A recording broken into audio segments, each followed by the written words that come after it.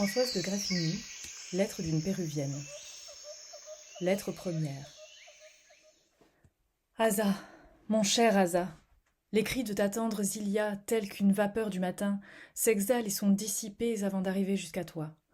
En vain je t'appelle à mon secours. En vain j'attends que ton amour vienne briser les chaînes de mon esclavage.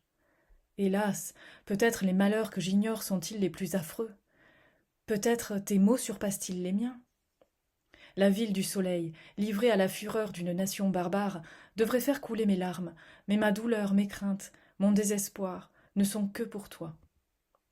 Qu'as-tu fait dans ce tumulte affreux, chère âme de ma vie? Ton courage t'a-t-il été funeste ou inutile? Cruelle alternative, mortelle inquiétude. Ô mon cher Asa, que tes jours soient sauvés et que je succombe, s'il le faut, sous les maux qui m'accablent.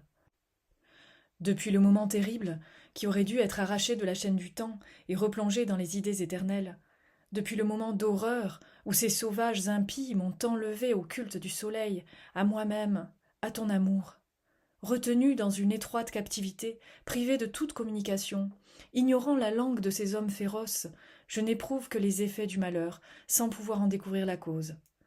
Plongé dans un abîme d'obscurité, mes jours sont semblables aux nuits les plus effrayantes. Loin d'être touchés de mes plaintes, mes ravisseurs ne le sont pas même de mes larmes. Sourds à mon langage, ils n'entendent pas mieux les cris de mon désespoir. Quel est le peuple assez féroce pour n'être point ému au signe de la douleur? Quel désert aride a vu naître des humains insensibles à la voix de la nature gémissante? Les barbares! Maître Dialpor, fier de la puissance d'exterminer, la cruauté est le seul guide de leurs actions. Asa, comment échapperas-tu à leur fureur? Où es-tu? Que fais-tu? Si ma vie t'est chère, instruis-moi de ta destinée.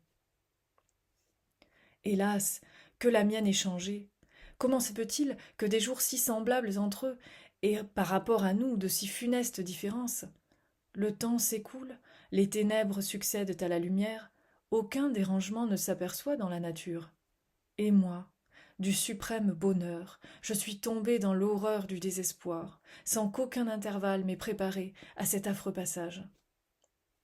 Tu le sais, ô délice de mon cœur, ce jour horrible, ce jour à jamais épouvantable qui devait éclairer le triomphe de notre union.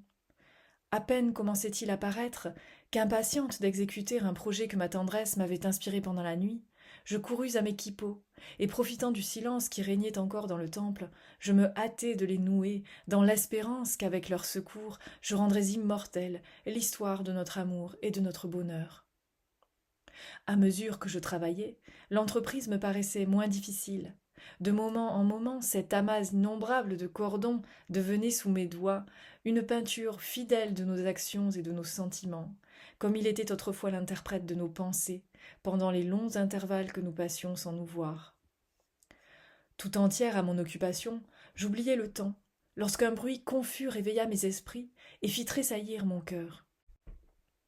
Je crus que le moment heureux était arrivé, et que les 100 portes s'ouvraient pour laisser un libre passage au soleil de mes jours.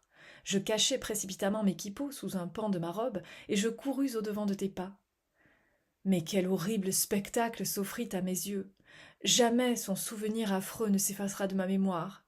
Les pavés du temple, ensanglantés, l'image du soleil foulée aux pieds, nos vierges éperdues, fuyant devant une troupe de soldats furieux qui massacraient tout ce qui s'opposait à leur passage, nos mamas expirantes sous leurs coups, dont les habits brûlaient encore du feu de leur tonnerre, les gémissements de l'épouvante, les cris de la fureur, répandant de toutes parts l'horreur et l'effroi, m'ôtèrent jusqu'au sentiment de mon malheur. Revenu à moi-même, je me trouvai, par un mouvement naturel et presque involontaire, rangé derrière l'autel que je tenais embrassé. Là, je voyais passer ces barbares. Je n'osais donner libre cours à ma respiration. Je craignais qu'elle ne me coûtât la vie.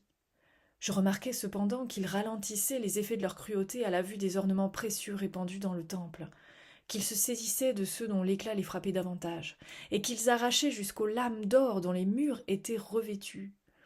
Je jugeai que le larcin était le motif de leur barbarie, et que pour éviter la mort, je n'avais qu'à me dérober à leurs regards.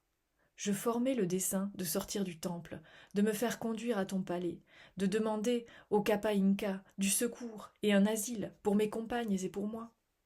mais au premier mouvement que je fis pour m'éloigner, je me sentis arrêté. Oh, mon cher Asa, j'en frémis encore. Ces impies osèrent porter leurs mains sacrilèges sur la fille du soleil. Arraché de la demeure sacrée, traîné ignominieusement hors du temple, j'ai vu pour la première fois le seuil de la porte céleste que je ne devais passer qu'avec les ornements de la royauté. Au lieu de fleurs qui auraient été semées sous mes pas, j'ai vu les chemins couverts de sang et de carnage. Au lieu des honneurs du trône que je devais partager avec toi, esclave sous les lois de la tyrannie, enfermé dans une obscure prison, la place que j'occupe dans l'univers est bornée à l'étendue de mon être. Une natte baignée de mes pleurs reçoit mon corps fatigué par les tourments de mon âme. Mais, cher soutien de ma vie, que tant de maux me seront légers si j'apprends que tu respires. Au milieu de cet horrible bouleversement, je ne sais par quel heureux hasard j'ai conservé mes quipots. Je les possède, mon cher Asa, c'est le trésor de mon cœur, puisqu'il servira d'interprète à ton amour comme au mien. Les mêmes nœuds qui t'apprendront mon existence, en changeant de forme entre tes mains, m'instruiront de mon sort. Hélas, par quelle voie pourrais-je les faire passer jusqu'à toi? Par quelle adresse pourront-ils m'être rendus? Je l'ignore encore, mais le même sentiment qui nous fit inventer leur usage nous suggérera les moyens de tromper nos tyrans. Quel que soit le chaki fidèle qui te portera ce précieux dépôt, je ne cesserai d'envier son bonheur. Il te verra, mon cher Asa. Je donnerai tous les jours que le soleil me destine pour jouir un seul moment de ta présence.